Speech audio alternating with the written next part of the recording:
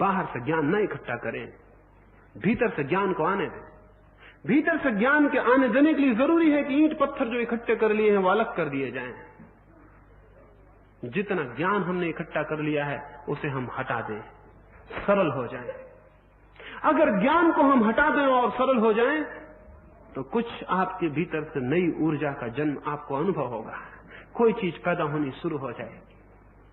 और जगत में संपत्ति को छोड़ना आसान है, विचार को छोड़ना कठिन। निश्चित ही आप पूछेंगे कैसे अलग कर दें?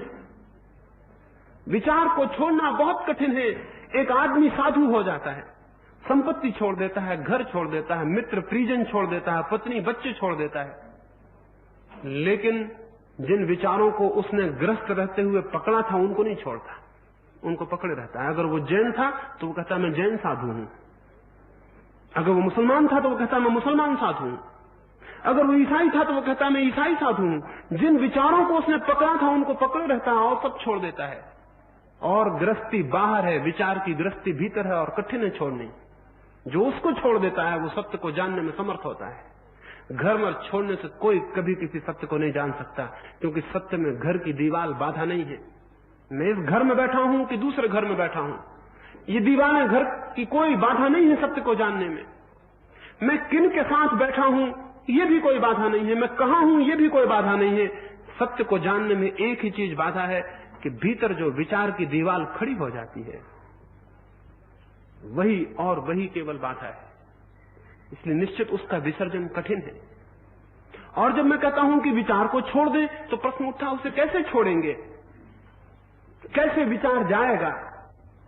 वो तो निरंतर हमारे भीतर है।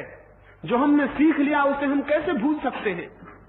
जरूर जो सीखा गया है उसे भूलने का रास्ता होता है, और जो इकट्ठा किया गया है उसे बांट देने का रास्ता होता है, और जो भर लिया गया है उसे खोल देने का रास्ता होता है। असल में जो भी भीतर लाया गया है उसे बाहर वापस पहुंचाने का वही रास्ता है जिस रास्ते से वो भीतर लाया गया है। रास्ता हमेशा वही होता है। मैं जिन सीढ़ियों से चढ़ के ऊपर आया हूं उन्हीं सीढ़ियों से वापस चला जाऊंगा, और जिस रास्ते से आप तक आया हूं उसी रास्ते से वापस लौट जाऊंगा। रास्ता हमेशा वही होता है। आने और जाने में रास्ते का फर्क नहीं पड़ता, केवल दिशा का फर्क पड़ता है, मुंह के बदल लेने का फर्क पड़ता है। जिन जिन रास्तों से हमने विचार को इकट्ठा किया है उनके विपरीत मुंह कर लेने से विचारों को विसर्जित भी किया जा सकता है। किन किन रास्तों से हमने विचार को इकट्ठा किया है? विचार को इकट्ठा करने में सबसे महत्वपूर्ण, सबसे गहरा जो तल है वो है ममत्व का, वो इस भाव का कि वे मेरे हैं। लगता है विचार मेरे हैं। कोई विचार आपका है? अगर मैं विवाद करने लगूं तो आप कहेंगे मेरा विचार ठीक है। थोड़ा विचार करिए, आपका कोई विचार है या कि सब विचार बाहर से आए हैं?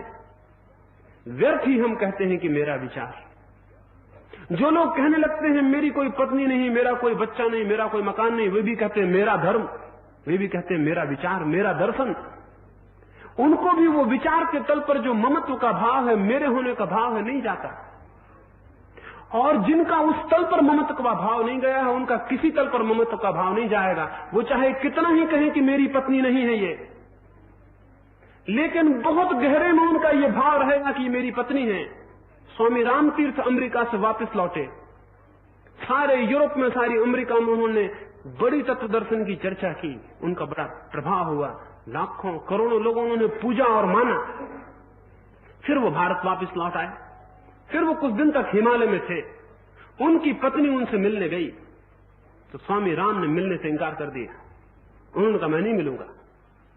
तो उनके पास सरदार पूर्ण सिंह नाम के एक व्यक्ति रहते थे, वो बहुत हैरान हुए। उन्होंने कहा कि मैंने आपको कभी किसी स्त्री को इंकार करते नहीं देखा। यूरोप में, अमेरिका में हजारों स्त्रियां आपसे मिली और आपने कभी किसी को इंकार नहीं किया। इस स्त्री को इंकार क्यों करते हैं? क्या किसी तल पर अब भी इसे अपनी पत्नी नहीं मान रहे? छोड़कर चले गए थे उसे, लेकिन अपनी पत्नी से मिलने को इंकार कर रहे हैं। जरूर किसी तल पर वो मान रहे हैं कि वो पत्नी उनकी, अन्यथा और स्त्रियां आती हैं उन्हें मिलने से इंकार कभी उन्होंने किया नहीं। जब तक आपका विचार पर ममत्व है तब तक आप इस भ्रम में मत रहें कि आप कुछ भी छोड़ सकते हैं। क्योंकि असली पकड़ और संपत्ति तो केवल विचार की है, बाकी सारी चीजें बाहर हैं, उनकी कोई पकड़ नहीं है। पकड़ तो सिर्फ विचार की है।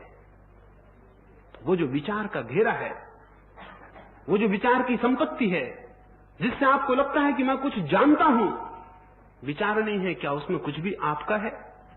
एक बहुत बड़ा साधु था, कुछ ही दिन पहले उसके आश्रम में एक युवा सन्यासी आया। 2-4-10 दिन तक उस सन्यासी की बातें उसने सुनी। वो जो वृद्ध साधु था, उसकी बातें बड़ी थोड़ी सी थी और युवा सन्यासी थक गया उन्हीं बातों को बार बार सुन के, और उसने सोचा इस आश्रम को छोड़ूं, यहां तो सीखने को कुछ दिखाई नहीं पड़ता। और तभी एक और सन्यासी का आगमन आश्रम में हुआ। रात्रि को उस सन्यासी ने जो चर्चा की वो बहुत अद्भुत थी, बहुत गंभीर थी, बहुत सूक्ष्म थी, बहुत गहरी थी। ये युवा सन्यासी उसकी बातें सुना, उस आगंतुक सन्यासी की, अतिथि की, और इसको लगा कि गुरु हो तो ऐसा हो जिसके पास ऐसा ज्ञान है, इतना गंभीर और गहरा। और एक ये वृद्ध सन्यासी है जिसके आश्रम में मैं रुका हूं आके, इसको तो थोड़ी सी बातें आती हैं और कुछ आता नहीं। फिर उसे ये भी लगा कि ये वृद्ध सन्यासी इस युवा सन्यासी की बातें सुन के मन में कैसा दुखी नहीं होता होगा, कैसी इसे नहीं अपमान अनुभव होता होगा।